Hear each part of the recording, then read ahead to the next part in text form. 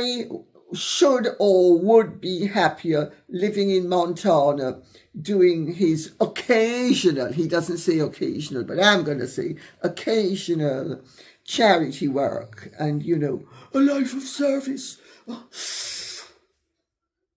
When I'm not stoned, I like to sort of pretend that I'm not pretending. I really enjoy being a prince. The question of what the king can legally, constitutionally and institutionally do about Harry and Meghan's commercial use of royal status is something Lady Colin Campbell speaks on with serious authority.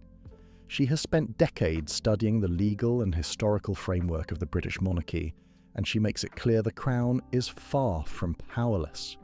The answer, despite what royal hesitation may suggest, is actually quite a lot. The most immediate and least controversial move would be removing Harry and Meghan from the royal family's official website. Right now, they still appear under their Sussex titles, with links tied to ventures that can give the impression of royal approval and official association. But that website is not some sacred constitutional document.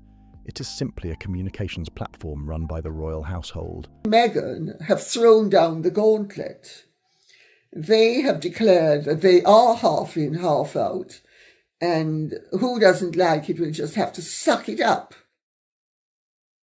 They have said it privately, they have said it publicly, they have used slightly different words, but that's the meaning of what they have said. And it can be updated at any time.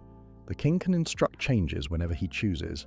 The excuse for not doing it, that it may seem provocative or that the couple might treat it as an attack, follows the same old pattern of absorbing every blow without response. And that is where critics say the logic starts falling apart. If fear of provocation becomes the reason for doing nothing, then it becomes a permanent shield against any action at all. Because Harry and Meghan have shown again and again they can frame nearly any institutional move as persecution. Removing them from the website would be the minimum step, the baseline signal. It would send a clear message without legal drama, without touching titles, and without launching some huge constitutional battle. It would simply show they do not represent the working royal family. And importantly, this would not strip them of their titles. It would not affect succession. It would not trigger some shocking royal punishment. It would simply reflect reality, that they are not working royals, and that what they do does not carry institutional endorsement. That is not retaliation, critics argue. That is just telling the truth, clearly and publicly. And any appearance that Harry and Meghan's commercial projects sit close to the monarchy, critics argue, does not mean they carry the consent or approval of the royal family. That is where the bigger and far more explosive question begins: the titles themselves. Lady Colin Campbell points to something many public debates miss completely: the historical and legal framework behind royal titles. And this is where things get serious. Be removed from the royal family website. They really should. Of course, they've not been so far because basically there are a host of reasons that the public doesn't want to accept. She brings up King George V's 1917 letters patent, a major royal move that reshaped who could hold princely rank and use the style of Royal Highness. With what was essentially a stroke of the pen, George V ruled that only the children and grandchildren of the sovereign in the male line would hold those distinctions, and this was not symbolic, it had real impact. Several extended family members lost princely rank, including Prince Alastair of Connaught. That precedent matters, and it matters a lot, because what it shows is the sovereign has authority to withdraw these designations through an order in council, without parliament and without dragging the whole thing through some complicated legislative fight. That changes the conversation completely. Campbell argues this means Charles could, in theory, issue an order in council declaring that Prince and Royal Highness styles could be withdrawn from individuals whose conduct is seen as commercially exploiting royal status, harming the monarchy's interests, or falling outside the standards expected of those carrying those honours. That is a dramatic possibility, The legal route exists, the historical precedent exists, even the institutional justification, critics say, has been laid out through documented patterns of commercial behaviour stretching back years. So what is missing? Not power, political will. And that is where Campbell draws a sharp contrast. She points to differences in Charles's management style compared with both Queen Elizabeth and Prince William. The late Queen, she argues, showed real decisiveness when institutional action was needed. She removed Andrew from public duties and stripped his use of the Royal Highness style in a move many saw as swift and unmistakable. He could be stripped of his Royal Highness, and Harry could be stripped of his princely rank. And it could be done very simply. The king could simply declare that hereafter, and it could simply be something that he can just do. He's allowed to do it. He's the fount of all honours. That example still hangs over this debate like a warning. Regardless of personal cost, the late Queen was seen as able to separate family feeling from royal duty. Privately, she could be motherly toward Andrew, but publicly she acted as Queen first. That split, Lady Colin Campbell argues, is where Charles faces a major struggle. By Campbell's assessment, Charles does not show the same level of compartmentalisation. The personal relationship and the institutional calculation blur together. The son he loves and the institutional problem critics say Harry represents become inseparable. And because of that, the institutional response gets held back by personal feeling. But William, Campbell suggests, may not have that same conflict at all. His relationship with Harry is framed not through parental attachment, but through deep estrangement. As Charlotte Griffith has described, there is even talk of hate. And in that dynamic, the personal and institutional calculations point in the same direction. From that view, Harry should not have been at the coronation. The half-in, half-out setup should be formally over, and the titles, some argue, could eventually be addressed too. What Charles may see as a painful tug between duty and fatherhood, William may one day see as a much more direct institutional decision. That is where this gets intense. And critics say Harry and Meghan have thrown down challenge after challenge. The Australia tour controversies, the blueprint moment, the children's titles, the Sussex.com domain linked through the royal website. Each move has been cited as pushing boundaries further. And Campbell's point is blunt. The roll with the punches strategy has only enabled more pressure. Her observation is sharp. Harry and Meghan, she argues, have made clear they do not accept the Sandringham agreement as final. They may have gone along with it while it suited them, but critics say their actions now signal they still see themselves as half in, half out, no matter what institutional documents say. That is the challenge being put before the monarchy. So the real question becomes huge. Does the institution respond with visible signals that certain conduct is unacceptable, or does it keep absorbing every blow without consequence? That question has been hanging in the air for years. Then comes Dan Wakeford's comments, which some say add weight to what outside observers have argued for a long time. Financial pressures are growing. Goals have reportedly split. Harry is said to want a quieter life in Montana, while Meghan is portrayed as moving in a very different social direction tied to major Hollywood circles. That contrast has fueled even more speculation. Campbell argues Wakeford is now voicing what alternative commentators have been saying for ages, and she sees that as vindication. The pattern, she says, keeps repeating. First, uncomfortable claims emerge outside the approved media ecosystem and get dismissed as speculation or bias. You could also most likely make an order in council that any member of the royal family who has a peerage is not allowed to use it for commercial purposes without reference to the Lord Chamberlain or whomever. Then later, pieces of that same story start surfacing in mainstream discussion. And for critics, that is where the scandal deepens. And then critics say, what begins as speculation often gets confirmed later by sources inside that same media ecosystem. Once the value of insider access changes, the story can change fast. Campbell argues Dan Wakeford's calculation may have shifted because he is now independent. He needs audience trust more than he needs access to the couple, And when that happens, as critics put it, the truth suddenly becomes commercially available. Then comes Campbell's take on the so-called narcissistic dynamic, and this is where things get even more dramatic. She describes a cold-blooded partner pulling an emotionally dependent one back in whenever he drifts too far, and she argues this is why descriptions of being wildly unhappy and still having the hots for each other can both sound believable at the same time. Not contradictions, but part of the same cycle.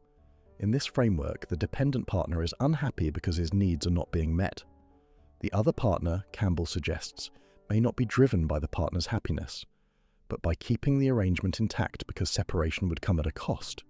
And that drift and reel pattern keeps the relationship going without ever fixing the deeper incompatibility.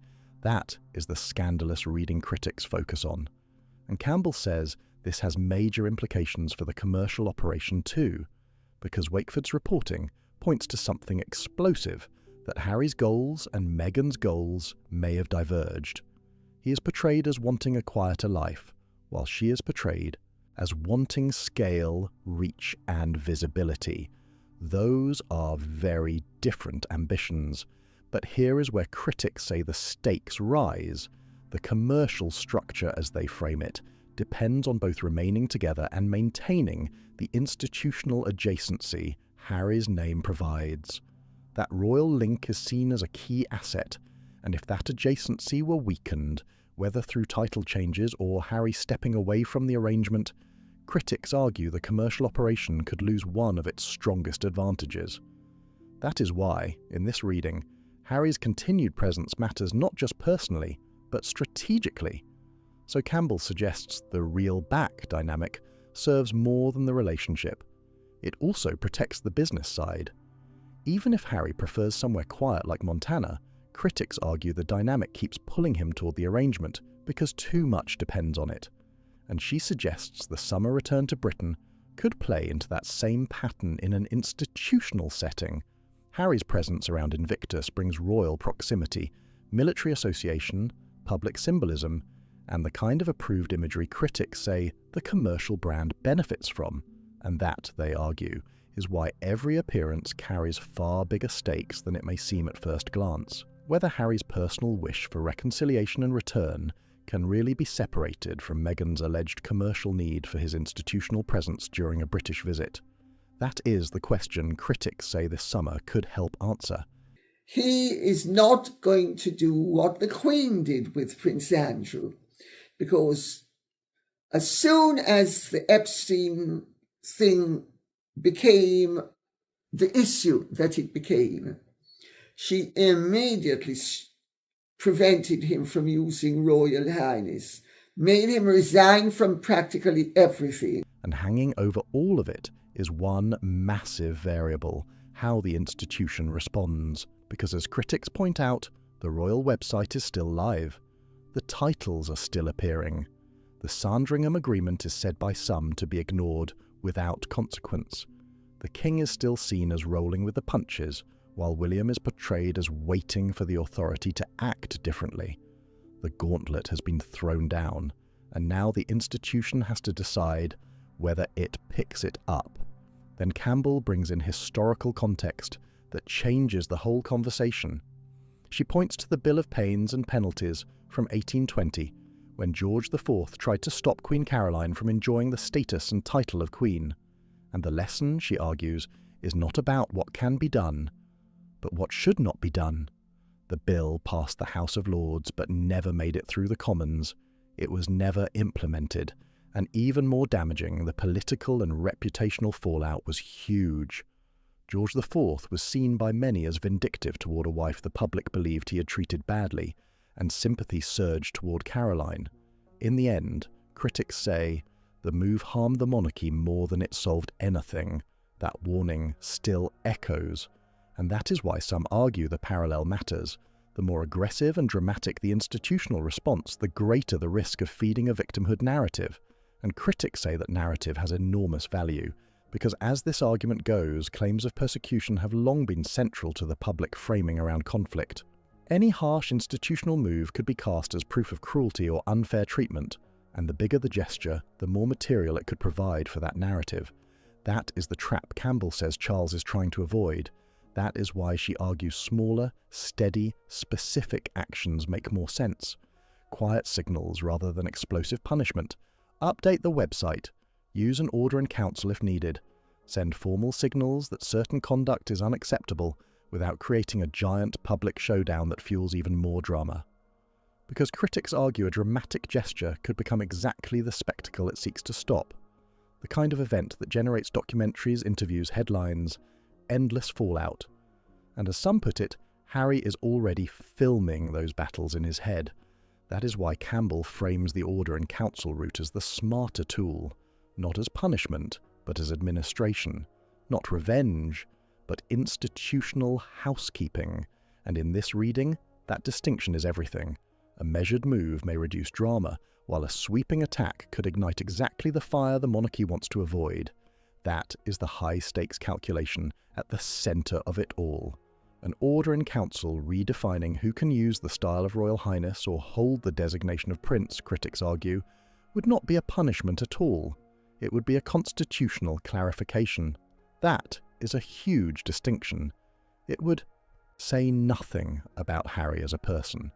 Instead, it would speak to the boundaries of what the institution extends to individuals who are not working royals and are not operating within that institutional framework. And Campbell stresses that difference matters. The legal distinction, as she frames it, is between stripping something away as punishment and withdrawing something because circumstances have changed. That is not the same thing at all. And critics say that is where the 1917 precedent becomes explosive, because it established the sovereign has authority over that kind of clarification. And what would count as changed circumstances? Critics point to conduct. They say altered the landscape, commercial use of royal status, controversy around the Australia tour, the Bondi Beach references, and the children's titles appearing in product descriptions. In this argument, those are the developments cited as a basis for reconsideration. Now acknowledges the dukedom, the earldom, and related peerage titles are a much harder fight. Those sit in a different legal category entirely. Removing peerage titles involves more complex legal machinery and is not as simple as an order in council, but the Royal Highness designation and princely style, critics say, are different. They may be addressed more directly, and importantly, those are the parts carrying huge commercial weight, because, as this argument goes, wording matters. Prince Archie of Sussex carries a very different public and commercial impact than simply Archie of Sussex. The same with Princess Lilibet of Sussex. He is more wishy-washy, and I think he is backboned enough. But the strategy, whether it's cruel or not, of giving them enough rope to hang themselves with has been working very. Critics argue those princely designations carry institutional power, prestige, and brand value, and that is exactly why they matter so much.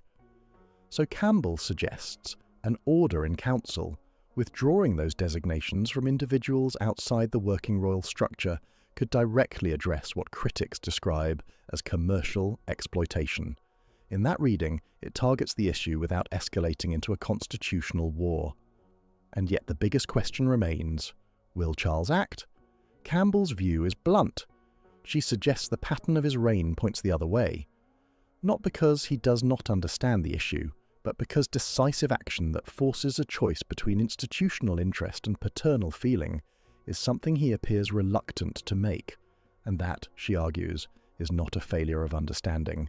It is a matter of temperament, a king caught between crown and family. And critics say that tension may be exactly why the institution keeps signalling restraint, even as pressure keeps building. Campbell's argument is not that Charles fails to understand what needs to be done. It is, she says, a failure of will, or more specifically, a lack of the kind of compartmentalization his mother had, and William may have too, and that is a massive distinction. The late Queen, critics argue, could separate private feeling from public duty. Publicly, she was Queen, no matter what she felt privately. But Charles, in this reading, is publicly king and privately father at the same time, and those roles blur together in ways that affect institutional decisions. Campbell argues the monarchy has paid a price for that hesitation through controversies stretching from the Australia tour onward. But William's position is very different, and structurally, that matters a lot. When William becomes king, the parental relationship is gone. That changes the emotional equation completely. Instead of a father-son conflict, there is a sibling relationship already described by Charlotte Griffith, through her reporting, in strikingly harsh terms, even as hate. And critics say that creates an entirely different backdrop for institutional decisions, because William, in this view, does not carry the same parental inhibition. He does not have to hold on to hope his younger brother will somehow come back into the fold. Campbell suggests he has reached a settled position about who Harry is and what Harry's conduct means, and that position may align far more closely with action Charles has delayed. And that is why the timing question becomes huge. It gives the events of this summer major significance, because if Charles acts before William inherits, if he updates the royal website, issues an order in council, and sends a formal signal that a half-in, half-out model is not acceptable, then he shapes the inheritance William receives. With that needs to go the occasional, shall we say, demonstration from him that this is unacceptable, and just freezing them out isn't enough. He reduces pressure on the next reign before it explodes. But if Charles keeps deferring, critics say William inherits the full weight of a problem allowed to harden over years of institutional non-response, and the cleanup, if it comes later, could be much more disruptive precisely because it was delayed. That is the warning. Then there is what some call the give them enough rope strategy, an idea Campbell's correspondents have raised. The thinking is simple but brutal. Stay patient and let Harry and Meghan reveal themselves day by day. Let public opinion do the work. Critics argue that strategy has worked in one very specific sense. Public perception has shifted dramatically from the excitement around the 2018 Australia tour to what some point to in polling showing deep disapproval by 2026. In that sense, the rope has done damage, but Campbell makes a sharper point. The damage, she argues, has been mostly to reputation, not to the institutional structures critics say continue to be leveraged, because despite reputational fallout, the royal website still lists them, the titles still appear in product descriptions. The institutional brand critics say carries commercial value has not been meaningfully cut off, and that is the twist in her argument. The rope may have tightened around public image, but not around access. It has weakened perception without closing the channels critics say still matter most. And that, Campbell suggests, is where patience stops looking strategic and starts looking risky. Because if reputational decline does not reduce institutional leverage, then critics argue the strategy may expose the problem without solving it, and that is where pressure on the monarchy only grows louder. Campbell's argument is that patience alone is not enough.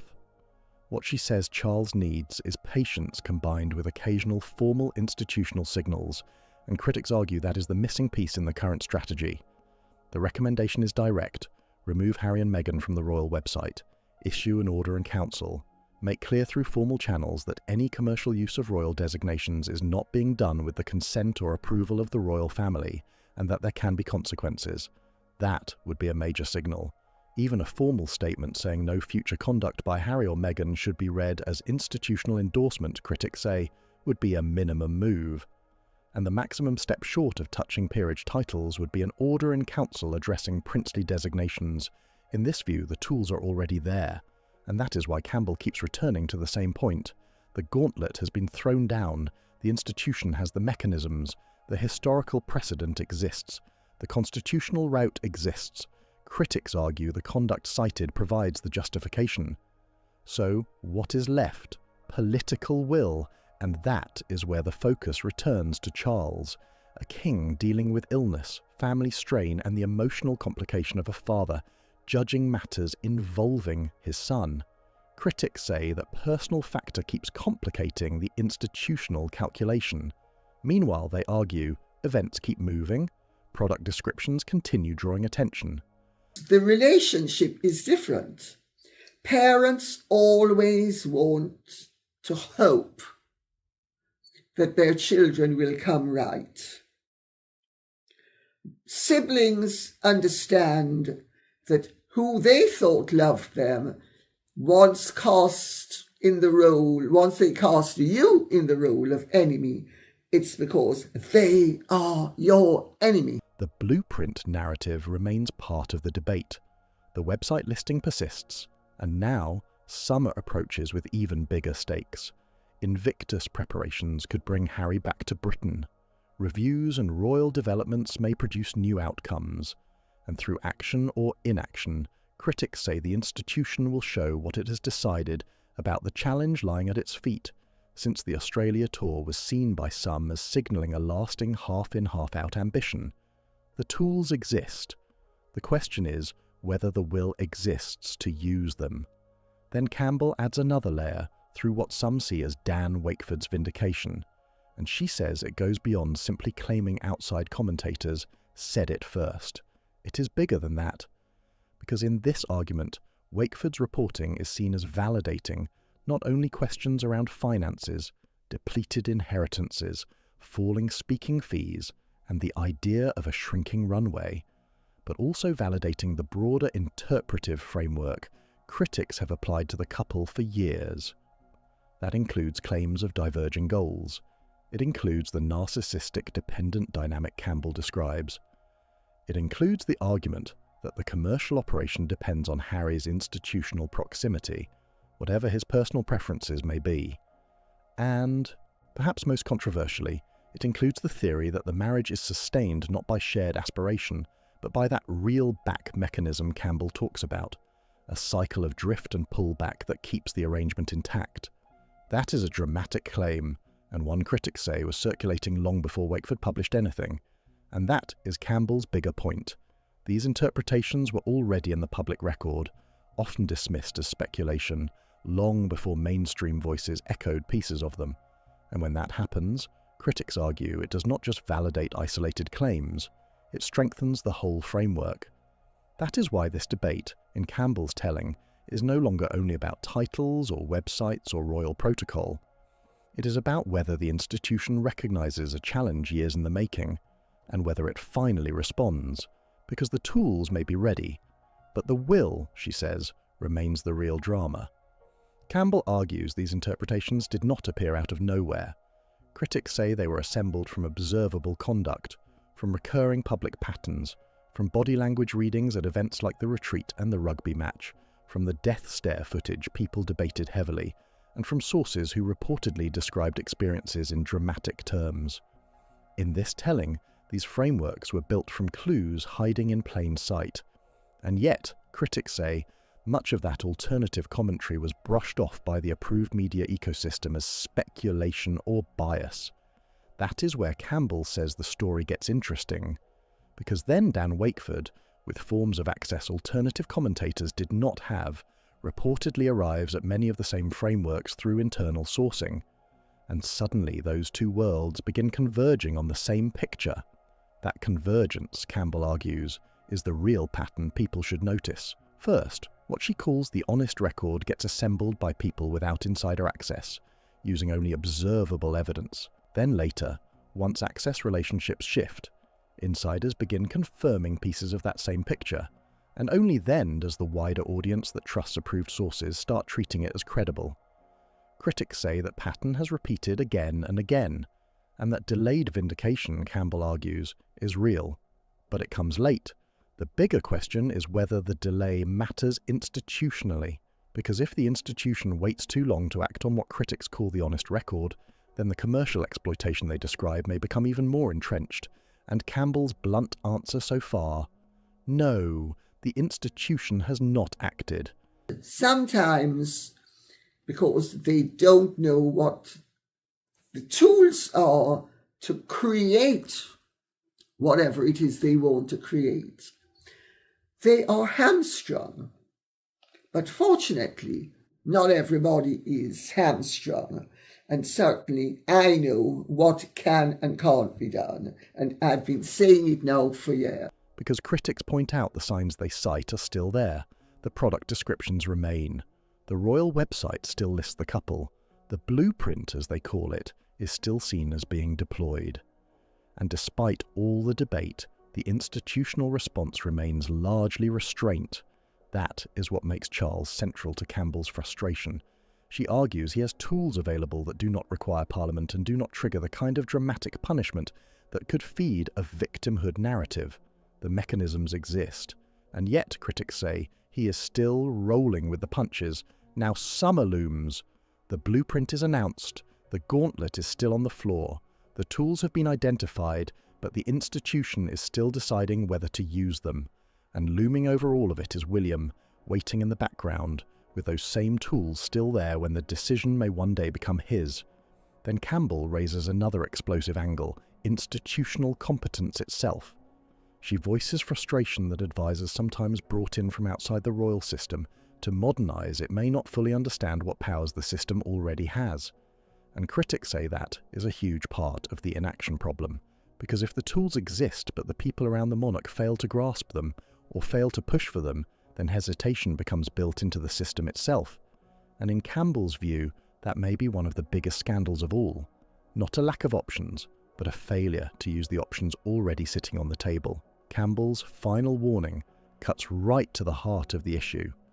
If the people advising Charles on how to respond to Harry and Meghan do not even understand an order in council could address princely designations, or do not grasp the 1917 precedent that places that authority with the sovereign, then critics say the tools stay unused not because they do not exist, but because of institutional ignorance. And that is a stunning thought, because in that case, the problem is not just hesitation at the top, it is flawed advice underneath, and that changes everything. Campbell argues some advisors may reach for dramatic ideas like a bill of pains and penalties, simply because it is the constitutional history they know, while missing the far more targeted mechanisms already available through royal prerogative. And critics say that could lead straight into the wrong response, one that creates bad optics and bigger fallout. That is why institutional knowledge matters so much here. The people who understand how the royal system actually works, the letters patent, orders in council, the difference between peerage titles and princely styles, and the precedent set in 1917, are the ones who can identify responses that are proportionate, legally clean, and far less explosive. But those who do not understand the machinery, critics argue, may keep reaching for dramatic gestures that create the worst political consequences. And that, Campbell suggests, may be one of the biggest dangers facing the monarchy in this entire debate. So in the end, the tools are there, the precedent is there, the challenge has been thrown down. What remains is whether the institution has the will and the wisdom to act before the decision passes to William. That is the question hanging over everything. What do you think happens next? Does Charles act, or does William end up dealing with it later? Drop your thoughts in the comments, because this debate is far from over. And if you enjoyed this breakdown, don't forget to like, subscribe, share this video, and comment below with your take. Your support helps keep these conversations going, and you do not want to miss what comes next.